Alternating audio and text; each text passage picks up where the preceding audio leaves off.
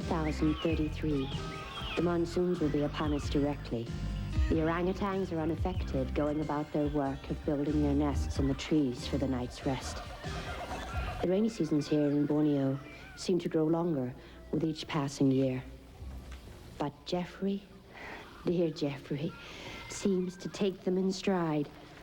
I don't know what I'd do without him. As I sit worrying about the impending storm, he's out picking berries for our table.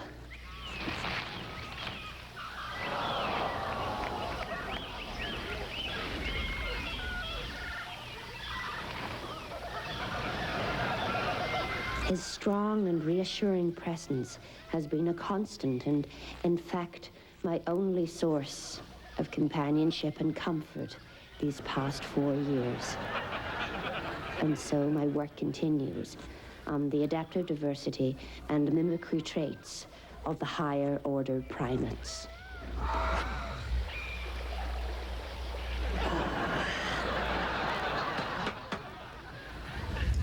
Jeffrey! The door!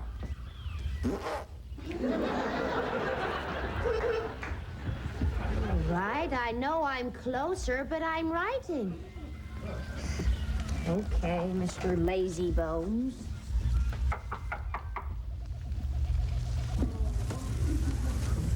Huey, I'm glad to see you made it safely upriver. Oh, I've never known a researcher like you. I don't see you for 4 months, and then still you won't take your nose out of that damn journal.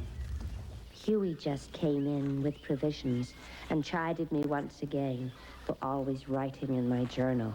But this time, I think I've got something that'll make even you look up out of that damn book of yours. That's what he thinks. Your sister Peg is here. Ceci? My stinky Ceci? Peg? Peggy? Piggy? Peg? Piggy? Oh, God. Oh, you're so thin. Thank God you're safe. After not hearing from you all this time, we thought you'd become an ingredient in some heathen bouillabaisse. I'm sorry, it's unforgivable not to have written, but that's how engrossed Jeffrey and I have been in our work. Jeffrey? You have a Jeffrey? At last, something normal in your life. Hey, this is Jeffrey. Oh. There's quite a firm grip. I like that in a whatever you call him. The height is unfortunate. Peggy, you're such a hoot. I adore you. And I can tell Jeffrey's quite fond of you, too. Well, I guess I gotta go deliver cigarettes, whiskey, and girly magazines upriver. Those missionaries hate it if I'm late. Thank you. See, I've almost forgotten why I've come here. Well, actually, Cece, it's grandmother. She's taken quite ill, and the family thinks she's asking for you. What do you mean, thinks? Well, her voice is very weak. We're never sure if she's asking for you or more Kleenex. I wish I could see her. Wish? Cece, aren't you going to come back with me? I mean, I came all this way to get you. I can't. My work. This is a woman who gave you your first Petri dish. A woman who is even now funding your research here. A woman who loves you more than anyone. Gosh. I've been out here so long, I've forgotten what a guilt trip sounds like. Well, Cece? Peg, I've raised Jeffrey since birth. He can't take care of himself in the wild. I can't leave him. All right, Cece, I wasn't going to say this to you, but grandmother is going fast. She barely has the strength to spit at the servants anymore.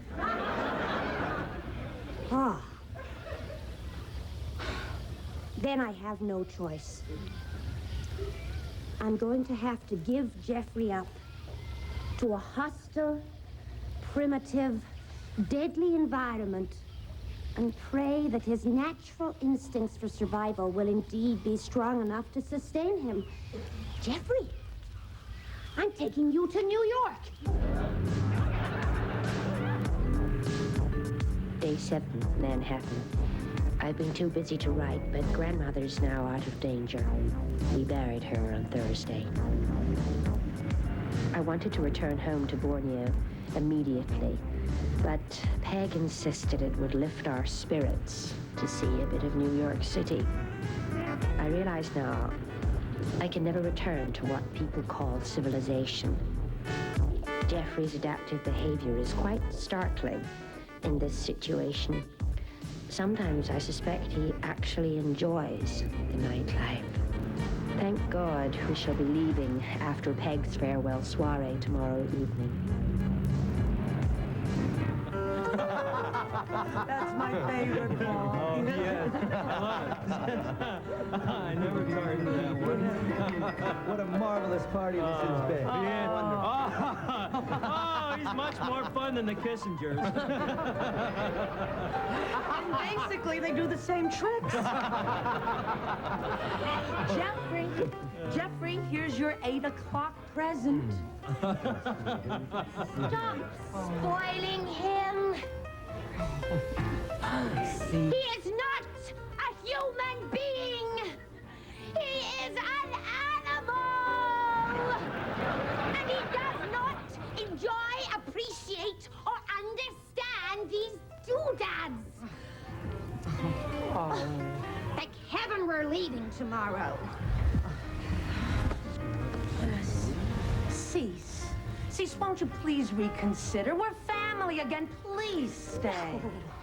It's out of the question. Cease, you know, you've always been so self-centered. You're not thinking of Jeffrey at all. He loves it here. That's a dirty lie. He would shrivel up and die in this urban environment with your overstuffed furniture and your plastic friends. Now, Cease, stop it. Jeffrey wants to stay here. He intimated so over cocktails. Cocktails? You're giving him liquor? A banana daiquiri. He loved it. We're not waiting for tomorrow. We're leaving right now. Oh. Come on, Jeff. I don't think he wants to go, Cease. Of course he does. Why don't you let him decide? Oh, don't be ridiculous. For Jeffrey, there is no decision. Jeffrey... Jeffrey... Come on, old friend, come on. Got to go now. We can't stay forever. Have to go back where we belong, don't we? Back to the jungle. Back to our nice hut. Now, Jeffrey, won't you come along now? Come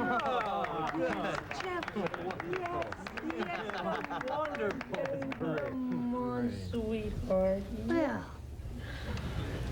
you've proven yourself to be an ungrateful, inconsiderate monster. That's right. Simians can take on human characteristics.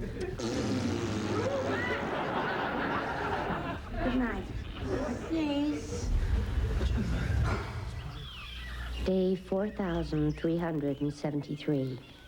It's been nearly a year now since my return to Borneo. I hope I did the right thing leaving Jeffrey with Peg. It's been harder than I imagined without him. Every time I hear a knock on the door, I think maybe this time it's Jeffrey.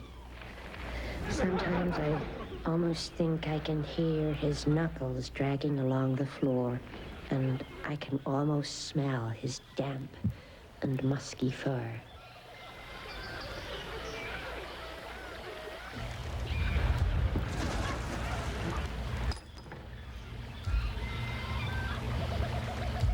Well,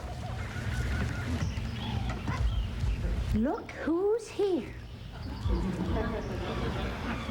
So, you finally came rolling in, smelling of civilization. What's the matter? You get tired of your society friends? Couldn't get tickets to Les Miserables? The wine not good enough for you at Lutece, And you were so sure old Ceci would be waiting for you with a bowl of berries in her hand, desperate to take you back, no matter what. Well, are you you sure this is where you want to be? Come here, you big ape. Oh, it's good. My love.